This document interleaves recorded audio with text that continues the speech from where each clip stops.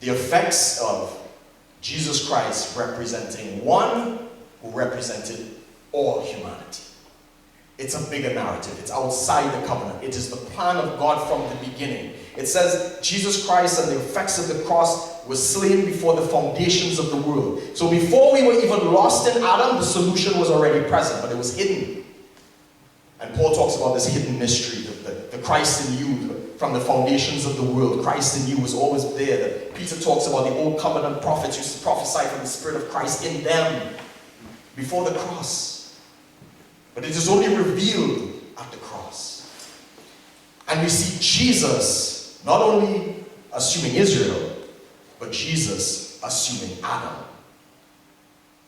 When they placed the crown of thorns upon his head and blood come from his brow, he was breaking the curse of Adam, that by the sweat of your brow you shall earn bread.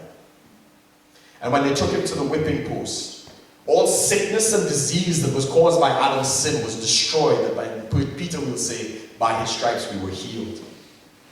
And when he ascended onto the cross, it says that he will draw all things, or all men, depending on your translation, unto him. He took all of the sin. And sin is not what we do. It describes sin as an entity. It's a thing. In Romans it talks about how it took advantage of the law and found expression through men. It's an entity that's able to think.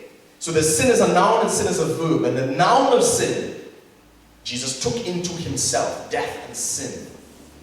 And he carried it into the grave. So it talks, the sin has been destroyed. The power of sin has been destroyed. It's been taken away from humanity. And then we discussed it in Romans 4 that Jesus was raised.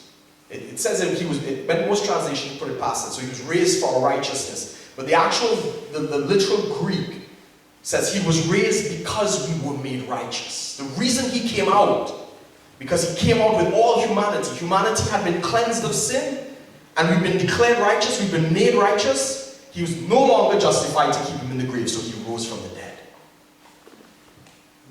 And it gets even crazier than that, that not only did he raise with us, he ascended into heaven. He took us home.